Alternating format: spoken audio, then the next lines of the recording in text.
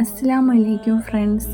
ഇന്നത്തെ വീഡിയോയിൽ ഞാൻ കുറച്ച് ഹദീസുകളും പിന്നെ സൂറത്തുൽ ഫലക്കും പിന്നെ എൻ്റെ കാൻഡിൽ ഫില്ല് ചെയ്യുന്നതൊക്കെയാണ് കാണിക്കുന്നത്. ഫസ്റ്റ് തന്നെ നമുക്ക് ദരിദ്രരെയും ധനികനെയും കുറിച്ച് ഹദീസുകളിൽ പറയുന്നത് നോക്കാം. നമ്മളിൽ കുറച്ച് പേരെ അള്ളാഹു ദരിദ്രനാക്കിയതും ധനികനാക്കിയതും അള്ളാഹു കുറച്ച് പേര് സന്തോഷിക്കാനോ കുറച്ച് പേര് വിഷമിക്കാനോ വേണ്ടിയല്ല. നമ്മളെ അള്ളാഹു പരീക്ഷിക്കുവാൻ വേണ്ടിയാണ് അള്ളാഹു നമ്മളിൽ ചിലരെ ദരിദ്രരും ധനികനുമാക്കിയത്. ധനികനെ ധനം കൊണ്ടും ദരിദ്രനെ ക്ഷമ കൊണ്ടുമാണ് അള്ളാഹു പരീക്ഷിക്കുന്നത്. ധനമുള്ളവൻ എപ്പോഴും അള്ളാഹുവിൻ്റെ അടുത്ത് നന്ദി പറയണം. കാരണം അള്ളാഹു നിങ്ങൾക്ക് വലിയൊരു അനുഗ്രഹമാണ് തന്നിരിക്കുന്നത്. ധനം വെച്ച് നമുക്ക് ഒരുപാട് പ്രതിഫലങ്ങൾ സമ്പാദിക്കാൻ പറ്റും. അതുപോലെ തന്നെ ഒരുപാട് ശിക്ഷകൾ വാങ്ങിക്കൂട്ടാനും പറ്റും. സഹീഹ് മുസ്ലിമിലെ ഹദീസ് 1631 നബി സല്ലല്ലാഹു അലൈഹി വസല്ലം പറയുന്നു, ഒരു മനുഷ്യൻ മരിച്ചു കഴിഞ്ഞാൽ അവന് പിന്നെ പ്രതിഫലത്തിനു വേണ്ടി ഒരു പ്രവൃത്തിയും ചെയ്യാൻ പറ്റത്തില്ല. പക്ഷേ നമ്മൾ ജീവിച്ചിരിക്കുമ്പോൾ ചെയ്ത 3 പ്രവൃത്തികൾ നമ്മൾ മരിച്ചു കഴിഞ്ഞാൽ നമുക്ക് പ്രതിഫലം വാങ്ങിത്തരും. ഒന്നാമത്തത് നമ്മൾ മറ്റുള്ളവർക്ക് പകർന്നു കൊടുത്ത നല്ല അറിവുകൾ. രണ്ടാമത്തത് നമ്മൾ ചെയ്യുന്ന സദഖകൾ. ഉദാഹരണത്തിന് നമ്മൾ മസ്ജിദ് പണിയാൻ പൈസ കൊടുക്കുന്നു, പിന്നെ നമ്മൾ കിണറിന് വേണ്ടി പൈസ കൊടുക്കുന്നു. അതുപോലുള്ള ഓരോ ചാരിറ്റികളും നമ്മൾക്ക് മരിച്ചു കഴിഞ്ഞാലും പ്രതിഫലം വാങ്ങിത്തരുന്നു. മൂന്നാമത്തത് നമുക്ക് വേണ്ടി ദുആ ചെയ്യുന്ന നല്ല മക്കൾ. ദരിദ്രർ ഈ ലോകത്ത് അനുഭവിക്കുന്ന ഓരോ വിഷമങ്ങൾക്കും അള്ളാഹു അത്രയ്ക്കും പ്രതിഫലങ്ങൾ രേഖപ്പെടുത്തുന്നുണ്ട്. സുനാൻ ഇബ്നു മാജയിലെ ഹദീസ് 4122 നബി സല്ലല്ലാഹു അലൈഹി വസല്ലം പറയുന്നു, നമ്മുടെ ഉമ്മത്തിലെ ദരിദ്രരായ ആൾക്കാർ ധനികനെ കാട്ടി പകുതി ദിവസം, അതായത് 500 വർഷം മുമ്പ് സ്വർഗത്തിൽ കടക്കുന്നു. ഈ ഹദീസിലൂടെ നമുക്ക് വേറൊരു കാര്യം കൂടി മനസ്സിലാക്കാൻ പറ്റും. നമ്മൾ മരിച്ചു കഴിഞ്ഞാൽ നമ്മുടെ ഒരു ദിവസം എന്ന് പറയുന്നത് ഈ ലോകത്തിലെ 1000 വർഷമാണ്. നമ്മൾ ചെയ്തു പോയ തെറ്റുകളെ കുറിച്ച് ഓർത്ത് സമയം കളയാതെ ഇനിയെങ്കിലും നമ്മൾ അള്ളാഹുവിൻ്റെ അടുത്ത് തൗബ ചെയ്ത് മടങ്ങി നല്ലൊരു മനുഷ്യനായി ജീവിക്കാൻ ശ്രമിക്കണം. തൗബ ചെയ്താൽ എല്ലാ തെറ്റുകളും അള്ളാഹു പുറത്തു തരുമെന്ന് എപ്പോഴും നമ്മൾ ആലോചിക്കണം. ഇനി നമുക്ക് സൂറത്തുൽ ഫലക്കിനെ കുറിച്ച് പഠിക്കാം. ബിസ്മില്ലാഹിർ റഹ്മാനിർ റഹീം. ഖുൽ അഊദു ബിറബ്ബിൽ ഫലക് മിൻ ശർരി മാ ഖലഖ് വമിൻ ശർരി ഗാസിഖിൻ ഇദാ വഖബ് വമിൻ ശർരി നഫാസാതി ഫിൽ ഉഖദ് വമിൻ ശർരി ഹാസിദിൻ ഇദാ ഹസദ്. ഖുർആനിലെ 113ാമത്തെ സൂറത്താണ് സൂറത്തുൽ ഫലക്. അൽ ഫലക് എന്ന വാക്കിൻ്റെ അർത്ഥം പ്രഭാതം അല്ലെങ്കിൽ പുലരി എന്നാണ്.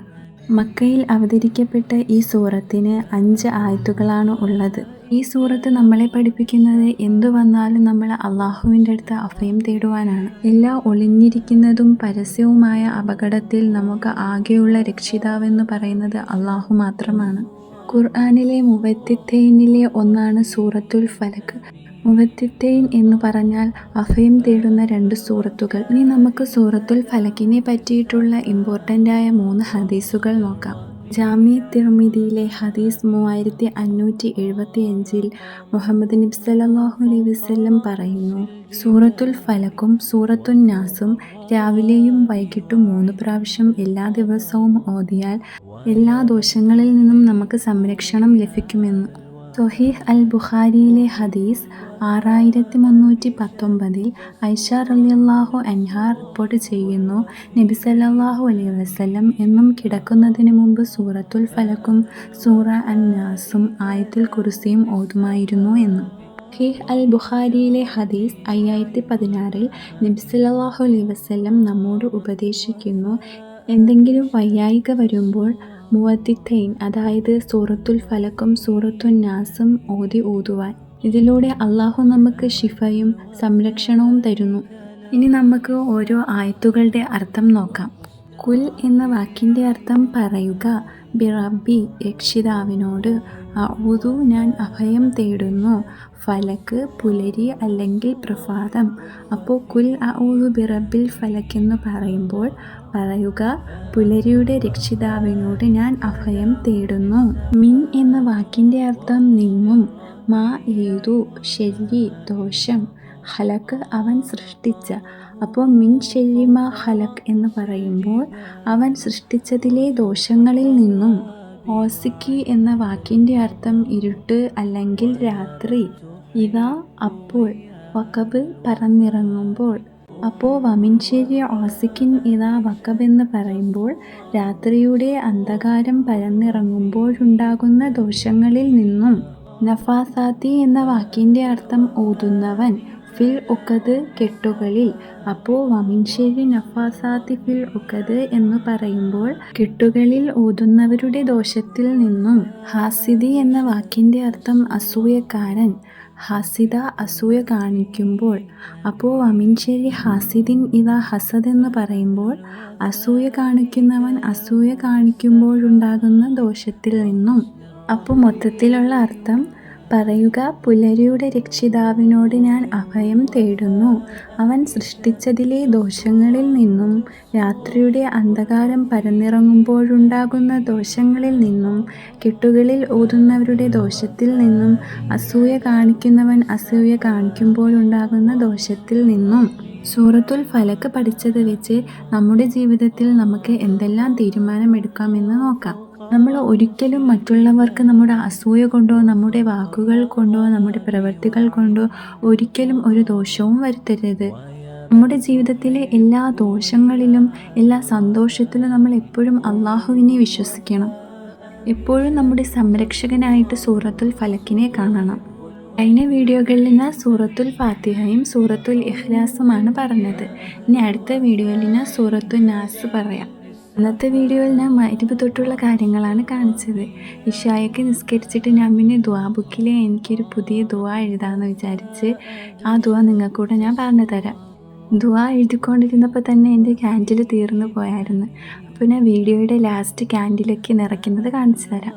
സ്വഹീഹ് അൽ ബുഖാരിയിലെ ഹദീസ് 6389 നബി സല്ലല്ലാഹു അലൈഹി വസല്ലം പറയുന്ന, ഈ ലോകത്തിലും നമ്മൾ മരിച്ചു കഴിയുമ്പോഴുള്ള ലോകത്തിനു വേണ്ടിയിട്ടുള്ള ദുആയാണ് പറയാൻ പോണത്. ഇത് സൂറത്തുൽ ബഖറയുടെ 201 ആയത്തും കൂടിയാണ്. അല്ലാഹുമ്മ റബ്ബന ആതിന ഫി ദുനിയ ഹസനതൻ വഫിൽ ആഖിറതി ഹസനതൻ വഖിന അദാബന്നാർ. അല്ലാഹുവേ, ഞങ്ങളുടെ രക്ഷിതാവേ, ഞങ്ങൾക്ക് ഇഹലോകത്തിൽ നല്ലത് നൽകണമേ, പരലോകത്തും നല്ലത് നൽകണമേ, ഞങ്ങളെ നരകശിക്ഷയിൽ നിന്നും രക്ഷിക്കണമേ. ഇങ്ങനെയാണ് ഈ ദുആയുടെ അർത്ഥം. ഇന്നത്തെ വീഡിയോയിൽ ഞാൻ 6 ഹദീസുകളെ പറ്റി പറഞ്ഞിട്ടുണ്ട്. ഹദീസ് നമ്പരും പറഞ്ഞിട്ടുണ്ട്. ആ ഹദീസ് നമ്പരൊക്കെ വെച്ച് നിങ്ങളും നോക്കിയാൽ ഈ ഹദീസിൻ്റെ അർത്ഥമൊക്കെ മനസ്സിലാവും. ഞാൻ എപ്പോഴും പറയാറുള്ള പോലെ നമുക്ക് ഇസ്ലാമിനെ കുറിച്ച് പുതിയ അറിവുകൾ ലഭിക്കുമ്പോൾ നമ്മൾ സ്വയമായിട്ട് അത് മനസ്സിലാക്കാൻ ശ്രമിക്കണം. പിന്നെ സൂറത്തുൽ ബഖറയുടെ 201 ആയത്തും പറയുന്നുണ്ട്. അതും നിങ്ങൾ മനസ്സിലാക്കാൻ വേണ്ടി നോക്കണം. ഖുർആൻ്റെ ആയത്തുകളുടെ കൂടെ തന്നെ മലയാളം അർത്ഥവും ഇംഗ്ലീഷ് അർത്ഥവും ഒക്കെ വരുന്ന ഖുർആനും നമുക്ക് വാങ്ങിക്കാൻ കിട്ടും. പിന്നെ ഓൺലൈനിൽ നമുക്ക് ആപ്പുകളും അവൈലബിളാണ്. അതിൽ ചിലതൊക്കെ തെറ്റായിട്ടുള്ള മീനിങ് വരുന്നതുമുണ്ട്. അതൊക്കെ നോക്കിയിട്ട് വേണം നമ്മൾ ഓൺലൈനായിട്ട് പഠിക്കാൻ വേണ്ടി ഓരോ ആപ്പുകളൊക്കെ ഡൗൺലോഡ് ചെയ്യുന്നത്. ദുആ ബുക്കിൽ ദുആ എഴുതിക്കൊണ്ടിരുന്നപ്പോൾ തന്നെ ക്യാൻഡിൽ അണഞ്ഞു പോയായിരുന്നു. അപ്പോൾ ഞാൻ വിചാരിച്ച് ഇന്ന് തന്നെ രാത്രി ക്യാൻഡിലൊക്കെ നിറച്ച് വയ്ക്കാം. അതാകുമ്പോൾ നാളെ രാവിലെ നമുക്ക് കത്തിക്കാമല്ലോ. ഇതിൻ്റെ അടിയിൽ തന്നെ കുറച്ച് വാക്സ് ഇരിപ്പുണ്ടായിരുന്നു. അതും കൂടെ ഞാൻ ഇളക്കിയിട്ട് എൻ്റെ കയ്യിലിരുന്ന വാക്സും രണ്ടും കൂടെ മിക്സ് ആക്കിയിട്ട് മെൽറ്റാക്കിയിട്ട് ഒഴിക്കാമെന്ന് വിചാരിച്ച് ഞാൻ ഈ മിൽക്ക് മെയ്ഡിൻ്റെ ടിന്നിലാണ് ഇപ്പോൾ വാക്സ് മെൽറ്റാക്കാൻ വേണ്ടി എടുക്കുന്നത്. ഇത് സ്റ്റൗവിൽ വെച്ചിട്ടാണ് ഞാൻ മെൽറ്റാക്കുന്നത്. ഈ സമയത്ത് തന്നെ നമ്മൾ ഏതെങ്കിലും കളറും കൂടെ ആഡ് ചെയ്ത് കൊടുത്താൽ ആ കളറിലുള്ള ക്യാൻഡിലായിട്ട് കിട്ടും. പക്ഷേ ഞാൻ ഇന്ന് കളറൊന്നും ആഡ് ചെയ്ത് കൊടുത്തില്ല, വൈറ്റ് ക്യാൻഡിലായിട്ട് തന്നെ എടുത്ത്. പിന്നെ തിരിക്ക് ഞാൻ ഒരു കോട്ടൺ തുണിയാണ് എടുത്ത് വെച്ച് കൊടുത്തത്. മെൽറ്റ് ചെയ്തപ്പോൾ കുറച്ച് വാക്സും കൂടെ ബാക്കി വന്നായിരുന്നു. അത് ഞാനൊരു കൊച്ചു ടിന്നിലും കൂടെ ഒഴിച്ച് വെച്ച്. അപ്പോൾ ഇപ്പോൾ 2 ക്യാൻഡിലായിട്ട് കിട്ടി. ഇത്രയേ ഉള്ളൂ എൻ്റെ രാത്രിയിലെ കാര്യങ്ങളൊക്കെ. ഇനി 10 മണിയൊക്കെ ആകുമ്പോഴത്തേക്കും ഞാൻ കിടക്കും. ഇനി ഞാൻ രാത്രിയിൽ ചെയ്യുന്ന കുറച്ച് സുന്നത്തുകൾ പറഞ്ഞു തരാം.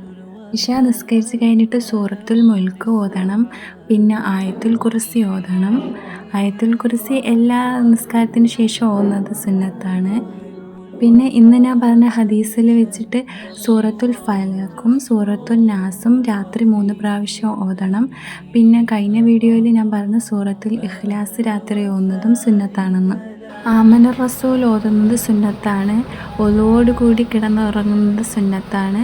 പിന്നെ ഉറങ്ങുന്നതിന് മുമ്പ് നമ്മൾ ബെഡ് 3 പ്രാവശ്യം തട്ടുന്നതും സുന്നത്താണ്.